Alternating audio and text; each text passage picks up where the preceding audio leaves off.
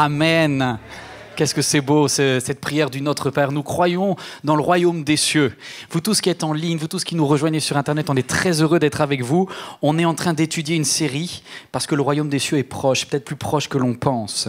Pour tous ceux qui ne savent pas ce que c'est que le royaume des cieux, c'est deux choses. Certains étaient là dès le début de la série du 1, 2, 3, 4, on va être au 5 aujourd'hui. C'était le royaume de Dieu, vous le comprenez quand vous réalisez que individuellement, sur la terre, vous avez la possibilité de fonctionner avec la mentalité du ciel. Dans ce cas-là, le royaume des cieux devient actuel dans votre vie. Jésus n'est pas seulement celui qui est mort à la croix pour vous, il est votre ami, il est votre sauveur, mais il est également celui qui règne sur le trône de vos décisions. Il est en numéro 1, il est votre Seigneur, vous lui rendez hommage, c'est donc votre roi. Et si vous avez un roi, vous faites partie du royaume. Vous êtes dans le royaume des cieux, mais il est optionnel, tout le monde ne le choisit pas. Il viendra un temps, à la fin du monde, où Jésus va revenir sur les nuées. Et là, toute langue confessera que Jésus est Seigneur. Et tout genou fléchira. Et le royaume ne sera plus optionnel. Il sera universel. Heureux ceux qui l'auront choisi pendant qu'il était accessible. Aujourd'hui, c'est un jour de grâce où le royaume des cieux est proche. Voici la série « La bonne nouvelle du royaume », c'était le premier point. On avait vu ça il y a quelques semaines. Ensuite, on avait vu les lois du royaume avec sur la montagne où il va enseigner le sermon sur la montagne et comment fonctionne la mentalité du royaume. Ensuite, on avait découvert la puissance du royaume. Puissance contre les ténèbres, puissance contre les démons, puissance contre la maladie, ce n'est pas seulement des mots. L'évangile, c'est une puissance de Dieu qui agit. Et c'est extraordinaire. Vous vous rappelez ce lit qui se déplaçait? Regardez la vidéo, vous tous qui êtes en direct, si vous avez besoin de retrouver le passé, vous pouvez. Ensuite, on a vu les missionnaires du royaume la semaine dernière. C'est pas incroyable que le roi des rois, le seigneur des seigneurs, vous ait choisi, m'ait choisi, toi, moi, avec toutes tes limites pour dire « Je t'ai choisi parce que tu as mon ADN, tu es ma fille, tu es mon fils et tu es donc mon représentant sur la terre. Vous êtes des petits Christ sur la terre, vous êtes des ambassadeurs, des petits Christ, ça s'appelle des chrétiens. Vous êtes des ambassadeurs de Christ sur la terre. Votre royaume n'est pas de ce monde. » Non, vous voulez vous garder ce royaume. Non, le royaume qui vient. Vous êtes les représentants d'un royaume qui vient. Et une mentalité toute nouvelle, la mentalité de Dieu sur la terre. Voici ce qu'est le royaume des cieux. Cette parabole, aujourd'hui, on a basculé donc du 1, 2, 3, 4, 5. On arrive au chapitre 13, où on s'était resté la semaine dernière.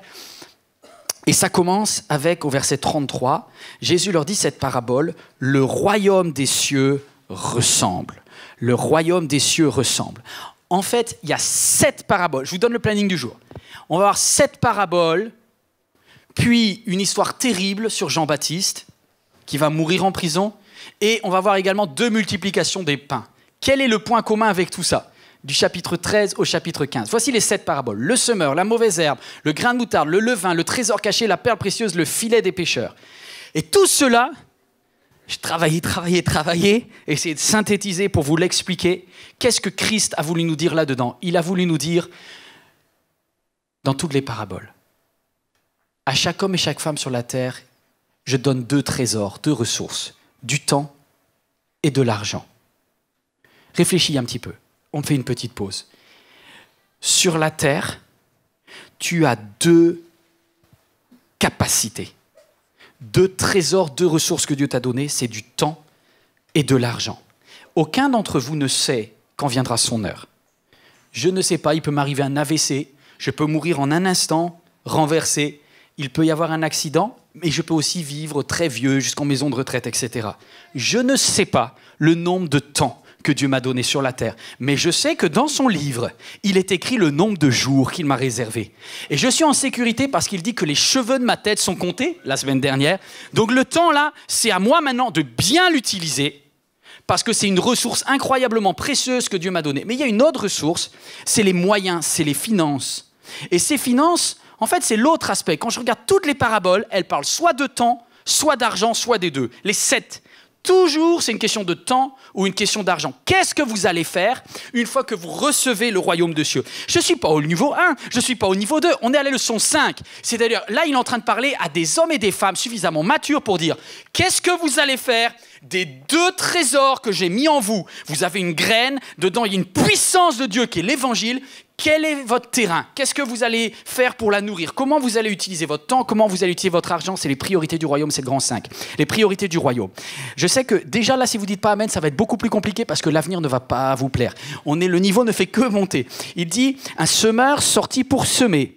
Et là, il va parler de plusieurs grains, etc., qui vont tomber, l'un sur la route, l'autre dans les ronces, dans les pierres. Et il dit, d'autres enfin tombèrent sur la bonne terre et ils donnèrent du fruit avec un rendement de 100, un rendement de 60, un rendement de 30 pour 1. Dieu regarde ta vie sur la terre. Et quand il te voit, il cherche quelque chose. Il cherche des fruits. Il se dit, quelle est la saveur? Est-ce que c'est juste un tronc? Est-ce que c'est juste une vie sans intérêt? Ou est-ce qu'il y a dans cette femme, dans cette petite fille, dans ce papy, une saveur qui est une saveur du royaume quand je m'en approche? Il y a une saveur de fruits que Dieu cherche en toi. Mais le plan d'aujourd'hui n'est pas très fun. Apparemment, vous comprenez que ce n'est pas fun puisque personne ne me lâche un sourire. Ok, d'accord, c'est ok, c'est ok. Je suis désolé de vous présenter le numéro 1, les mathématiques du royaume des cieux. Les mathématiques du royaume des cieux. Parce qu'en fait, Jésus va faire des maths pendant toutes les paraboles. Alors ceux qui se disent vivement le grand 2. Le grand 2, ça sera les exercices du royaume. Accrochez-vous, si vous tenez. Alors on va faire une petite révision de base, puisqu'on vient de parler des priorités, c'est parti. Vous avez un temps limité à 5 secondes pour faire cette petite équation. C'est parti. 4, 3, 2, 1. Enlève.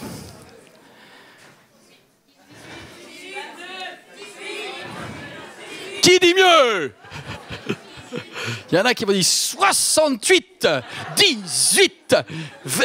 Mes amis, il n'y a qu'une seule bonne réponse. Est-ce que tu peux réafficher, chef? 10 plus 2 fois 6 moins 4. Eh ben dis donc, ça parle vachement, hein? Alors, il faut juste avoir passé le CE1, les amis. Sauf que je dois confesser que les priorités, on a du mal avec.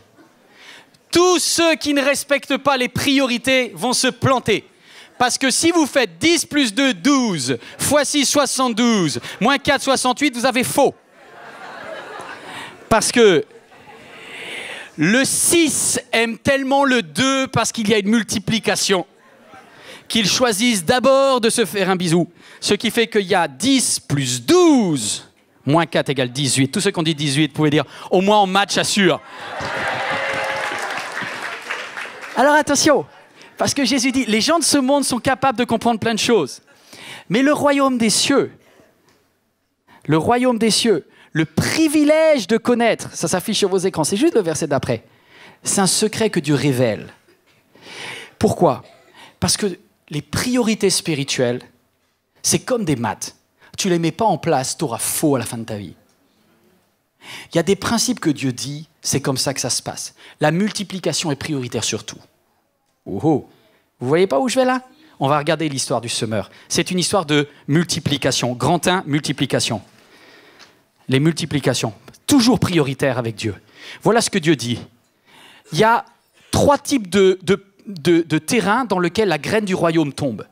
L'évangile arrive dans une famille où il y a 4 personnes. Dans un terrain de 4.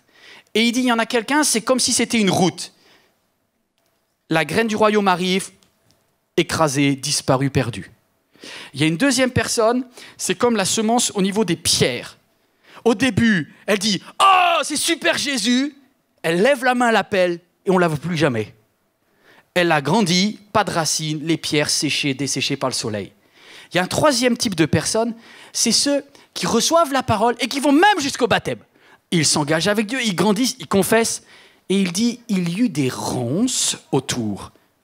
Et c'est triste parce que cette troisième personne, elle a connu, elle a goûté, elle a même grandi avec Dieu pendant une période de sa vie.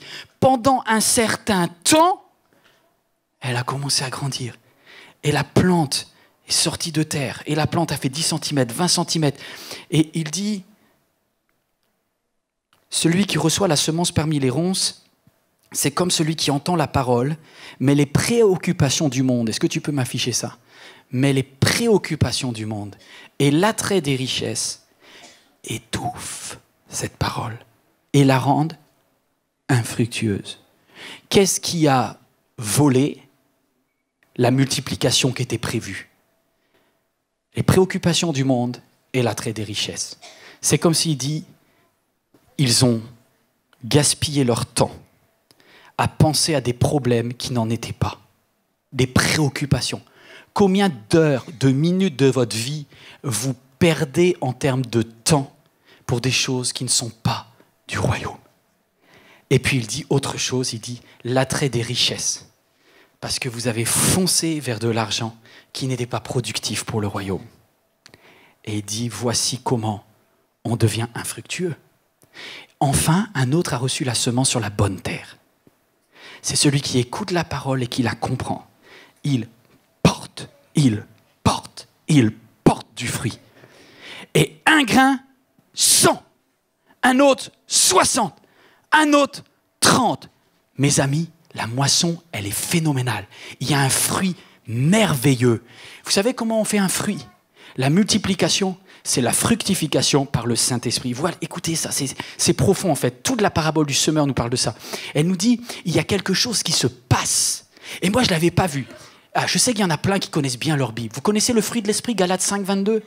Le fruit de l'Esprit, c'est la paix, la joie, la patience, la bonté, la maîtrise de soi, la tempérance. Toutes ces choses, le fruit de l'Esprit. Et moi, je vais dire la vérité, jusqu'à la semaine dernière, et que j'écoute un message TD Jakes, je n'avais pas vu quelque chose. Je dis, le fruit de l'Esprit, ce n'est pas mon fruit, c'est le fruit de l'Esprit. Et je me suis dit, c'est le Saint-Esprit qui fait ça. Et j'étais interpellé par quelque chose. Un fruit n'existe que s'il y a une pollinisation, une fécondation. Sinon, ça reste une fleur. Est-ce que tu peux mettre l'image? Ça reste une fleur. Une fleur ne portera du fruit, vous êtes toujours là ou pas? Que si jamais le pistil, le stigmate se rencontrent, gamète mâle, gamète femelle, et tout d'un coup, il se passe que ce qui est beau et qui sent bon seulement devient quelque chose qui donne du goût. Mais pour ça, il faut qu'il y ait une rencontre de deux. Mes amis, le fruit de l'Esprit, le Saint-Esprit ne le fait pas tout seul. Le Saint-Esprit n'est pas auto-fertile. Est-ce que vous comprenez ce que je veux dire? C'est qu'il est dit, voilà, c'est une révélation, c'est tellement bon. Écoutez ça, le Saint-Esprit cherche un homme et une femme. Il cherche quelqu'un qui dit, je veux que tu viennes dans ma vie. Ça veut dire quoi? Mon esprit et l'Esprit de Dieu fusionnent et portent un fruit qui est le fruit de l'Esprit, que mon esprit et que le Saint-Esprit font ensemble. Ça ressemblera à mon caractère et ça ressemblera à son caractère. Ça ressemblera à mon ADN parce que je garderai mon ADN et ça ressemblera à son ADN. Mais ce fruit, mes amis, quand vous le goûtez, il a une saveur extraordinaire. C'est-à-dire que tu as la possibilité d'avoir du fruit lorsque tu dis « Saint-Esprit, viens à l'intérieur de moi » et que ta personnalité est ma personnalité. Pendant trop de temps, j'ai dit « Seigneur, écrase-moi, fais-moi mourir » et tout ça. Mais tu ne veux pas écraser la fleur. La fleur, le Saint-Esprit dit « Mais la fleur, elle est belle, la fleur !» Mais la fleur, je vais la féconder pour que ça donne un fruit et que le fruit puisse multiplier. Mes amis, tu ne peux pas te multiplier tout seul. Tu multiplies parce qu'il y a une fécondation et c'est le Saint-Esprit. Oh, c'est tellement bon. Jésus leur raconta une autre parabole. Il dit, oui, parce que certains vont se dire, oh, la puissance, c'est important, c'est la grandeur de la graine. Jésus dit, mais non, je vous donne une deuxième parabole pour être sûr que vous ne partiez pas de travers. Il dit, c'est pas une question de grandeur de la graine. Il raconta une autre parabole. Il dit, le royaume des cieux ressemble à une graine de moutarde. De moutarde. De moutarde. C'est quelqu'un a acheté à Carrefour ou à Leclerc un pot de moutarde à l'ancienne? Faites-le juste. Pas de la moutarde toute jaune déjà. Regardez de la moutarde à l'ancienne. Vous avez encore des grains dedans. Vous voyez ces petits grains là? Petits grains noirs, rien du tout. Et voilà, c'est ça. Jésus dit, c'est comme un grain de moutarde. Du genre, tu veux le semer, ça te coule des doigts tellement. C'est la plus petite de toutes les semences, mais quand elle a poussé, elle est plus grande que les légumes. Et devient un arbre, de sorte que les oiseaux du ciel viennent habiter dans ses branches. Ce n'est pas la grandeur de la graine qui compte, mais ce qu'elle porte en elle. En gros, ce n'est pas là où tu démarres qui compte. C'est qu'est-ce que tu vas laisser grandir en toi qui est de l'œuvre de l'Esprit. Oh. Alors mes amis, si tu mets rien, si tu laisses pas le Saint-Esprit à l'intérieur, même si le Saint-Esprit vaut 1000 et que toi tu lui donnes pas la possibilité d'avoir accès à ton cœur, 0 fois 10 000 égale... Ben, vous êtes bon en maths en fait. Là tout le monde l'a eu là. 0 fois 10 000, mettez 100 000, mettez 10 millions, mettez 100 millions, mettez 1000 milliards si vous voulez. Le Saint-Esprit c'est l'infini, mais l'infini fois 0 ça fait toujours 0. Donc il ne peut faire que ce que toi tu lui permets de faire. Dieu nous laisse le temps avant de faire le compte. Et c'est pourquoi on arrive sur les autres paraboles. Après avoir fait les 2 paraboles de multiplication, Jésus enchaîne avec des paraboles où il explique qu'est-ce qui va se passer à la fin des temps. Et il dit, on donnera à celui qui a, et il sera dans l'abondance. Je provoquerai un phénomène de multiplication pour celui qui accepte de travailler avec moi. Mais celui qui n'a pas reçu de Dieu, on enlèvera même ce qu'il a. Et là, je savais qu'il n'y aurait pas de amen. Il y a une notion de soustraction. Et tous les autres paraboles vont parler de soustraction. Il leur proposa une autre parabole. Il est du royaume des cieux comme un homme qui a semé du bon grain dans son champ. Dis à ton voisin, t'es du bon grain. T'es du blé, tu vois, du blé. T'es comme un épi au soleil. Tu es doré, tu fais rêver. Du bon grain. Mais pendant que les gens dormaient, son ennemi vint et il sema de la mauvaise herbe parmi le blé et s'en alla. C'est l'histoire d'une église, c'est l'histoire d'une famille où tout le monde au début chante le cantique. Mais qu'est-ce qui va se passer? Le blé et la mauvaise herbe vont pousser tous les deux. Vous savez, mes amis, les méchants, les bons, les justes, les mauvais, on a tous du temps et on a tous de l'argent. Et vous allez puiser dans votre argent et vous allez puiser dans votre temps pour développer qui vous êtes. Parce que vous avez besoin d'un sol pour nourrir. Vous allez puiser du temps et vous allez puiser de l'argent parce que Dieu vous les donne. Et il le donne aussi à la mauvaise herbe. Et vous poussez. Et quand la mauvaise herbe apparut, les anges regardent ça. Et on est à la fin des temps. Et il dit, mais Dieu, regarde, il y a des mauvaises herbes et il y a du beau blé. Et vous savez, des fois, les anges et les pasteurs, ils se prennent pour des anges. Ce n'est pas des anges, les pasteurs. Mais ils ont envie de régler les comptes. Et du coup, ça peut être tentant. Et vous aussi, de vous arroger ce droit de dire, Seigneur, tu vois ma sœur qui ne m'a pas dit bonjour ce matin là, à l'église. Tu l'as. Je ne dis pas ce que tu fais, Seigneur, mais ça serait bien qu'elle prenne moins de place à côté de moi. Dans ta famille. Et du coup, il peut y avoir cette dureté de dire, moi, je porte du fruit, mais l'autre à côté, il me prend mon oxygène. Non, dit le chef des moissonneurs. Il dit, de peur qu'en arrachant la mauvaise herbe, vous ne déraciniez en même temps le blé. Laisse Dieu faire les soustractions. Tu n'es pas appelé à faire les soustractions. Toutes les paraboles qui parlent des soustractions vérifiées, c'est systématiquement Dieu qui, à la fin, fait le tri. Et c'est pourquoi, après, il dit, le royaume des cieux ressemble à un grand filet, un filet que des pêcheurs sortent comme des poissons, et dedans, il y a des bons, il y a du mauvais, et il trie. Et il dit au verset 49, à la fin des temps, à la fin du monde, les anges viendront séparer le méchant avec les bons. Ce n'est pas à toi de trier. Ne t'arroge pas le droit de faire la morale à ta voisine. Fonctionne avec le Saint-Esprit. Non, vous n'êtes pas là. Fonctionne avec le Saint-Esprit. Tu es pasteur, tu veux démarrer une œuvre, c'est pas toi. Tu n'es pas appelé à arracher. Tu es appelé à dire, Seigneur, fais-moi porter du fruit. Parce qu'à la fin des temps, je rendrai compte de ce que j'aurais fait de mon temps, de ce que j'aurais fait de mon argent. Grand 2, les exercices. Grand 2, les exercices. Les exercices du royaume de cieux. Ben en fait, il y a c'est très simple en fait. Il y a 2 règles de priorité à mettre en place. Ou à ne pas mettre en place d'ailleurs. La première règle, c'est tout ce que tu gardes, tu finiras par le gaspiller. C'est bizarre, hein? Tout ce que tu conserves, tu le perds. Conserver, c'est perdre, garder, c'est gaspiller. On est au verset 54, et Jésus se rendit dans sa patrie, où il enseignait dans des synagogues de ceux qui l'entendirent étaient étonnés et disaient « Mais d'où lui viennent cette sagesse et ces miracles ?» Écoutez bien, juste un instant. Jésus vient d'enseigner plein de paraboles et il est retourné auprès de sa famille. Parce que son père et sa mère, je ne sais pas si vous connaissez un petit peu le contexte, mais ils avaient dit « Mais Jésus, arrête de te prendre la tête avec toutes ces personnes, à faire tous ces voyages. Reste dans la famille, la famille, la famille. » La famille. Et Jésus vient dans la famille. Et vous savez ce qui se passe? Pourquoi on veut que Jésus vienne dans la... Parce qu'on est tous contents d'avoir dans la famille quelqu'un qui spirituellement assure. Et il y a quelqu'un dans cette salle qui se dit, pasteur, moi ma chance, c'est que ma mère, elle est spirituelle.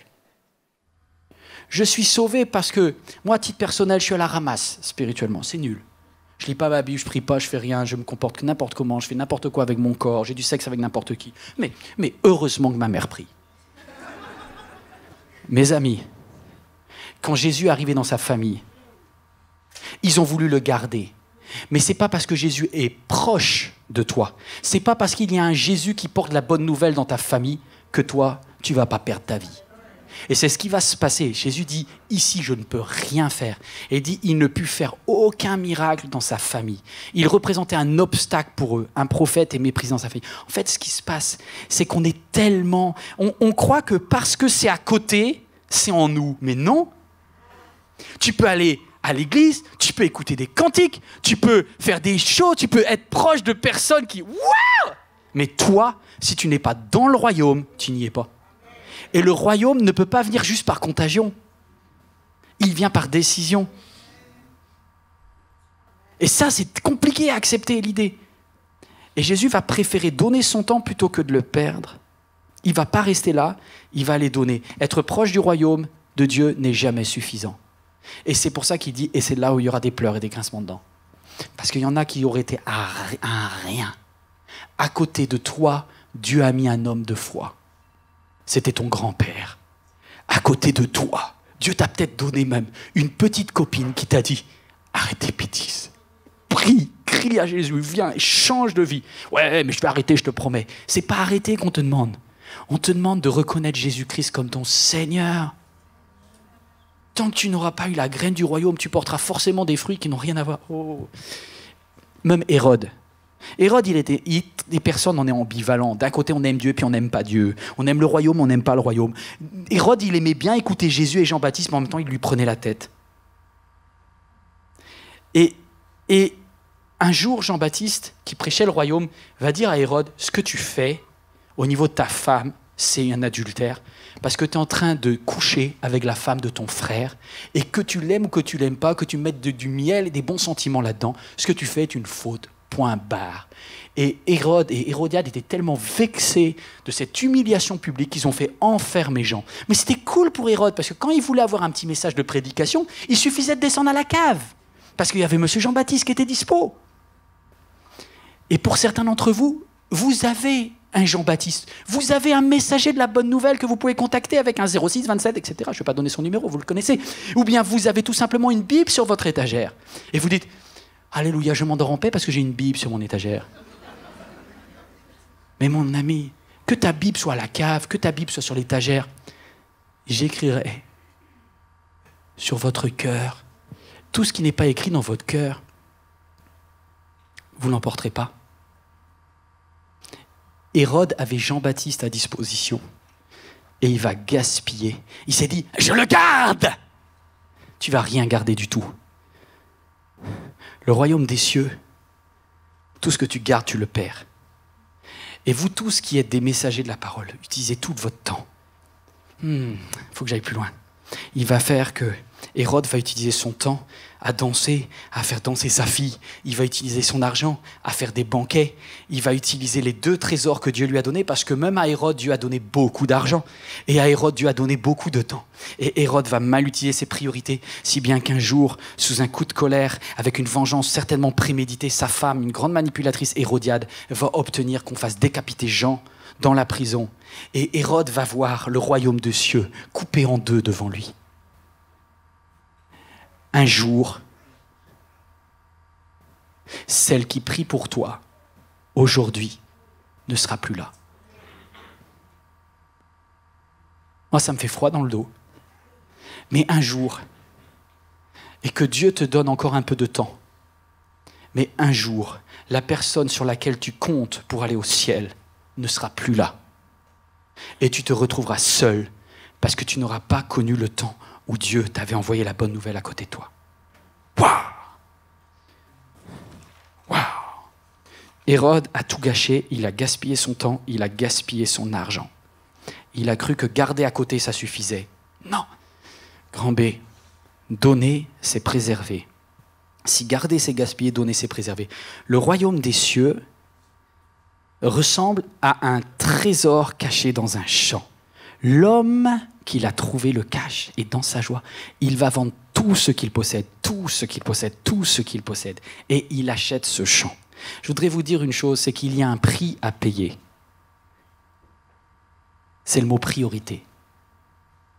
Cet homme-là avait déjà des richesses, mais il dit, je suis prêt à lâcher tout ce que j'ai comme richesse pour quelque chose que je priorise, ce trésor.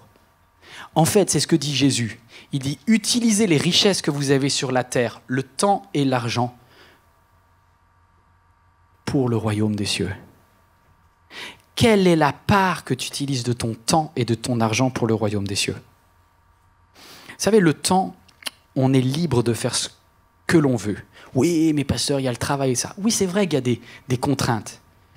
Mais quand tu sors de ton boulot, quand tu passes au passage piéton et que tu vois cette personne âgée qui a du mal à traverser, tu as la possibilité de lui donner 12 secondes de ton temps. Tu prends la main et tu dis, papy, je suis une ambassadrice du royaume. Et tu me dis, mais maintenant, je ne l'ai pas fait à Jésus, c'est en prière que ça compte. Non, non, non, non. Le temps, c'est tout. Écoutez bien, l'argent, c'est tout. Quoi? Il a pas... Le royaume des cieux ressemble encore à un marchand qui cherche de belles perles. Lorsqu'il a trouvé une perle de grande valeur, il allait tout vendre, tout ce qu'il possédait et l'a acheté. En fait, écoutez bien, la question de priorité, c'est est-ce que Dieu est en un dans ton temps? Est-ce que Dieu est en un dans ton argent? Tu dis, mais ça veut dire quoi ça, pasteur? Je ne peux pas passer tout mon temps, ça veut dire être à temps plein pour Dieu? Mais non! Dans ton entreprise, dans ta famille, dans ton administration, dans tout ce que tu fais, que tu te lèves le matin, juste pose-toi 30 secondes avant de faire quoi que ce soit, avant d'ouvrir ton téléphone portable, avant de dire « Oh là là, qu'est-ce que c'est tous les mails que j'ai reçus ?» La nuit, c'est bon. Tu te lèves et tu dis « Papa, notre Père qui est aux cieux, que ton nom soit... Que aujourd'hui, ta volonté soit faite sur la terre comme au ciel. » C'est-à-dire que bienvenue, je suis là. L'ambassadeur du royaume est au rapport. Je suis venu te dire. Et ce temps que tu consacres à Dieu, Dieu dit « Tout ce que tu me donnes, je le multiplie. » Tout ce que tu me donnes. Vous allez vivre un temps renouvelé. Vous dites, mais j'ai perdu 4 minutes à lire ma Bible le matin, je suis foutu, je n'aurai pas le temps de me brosser les dents. Mais bien sûr que si. Mais bien sûr que si. Il en donne autant à ses bien-aimés pendant leur sommeil. Il y a quelque chose de génial. Et c'est vrai du point de vue financier.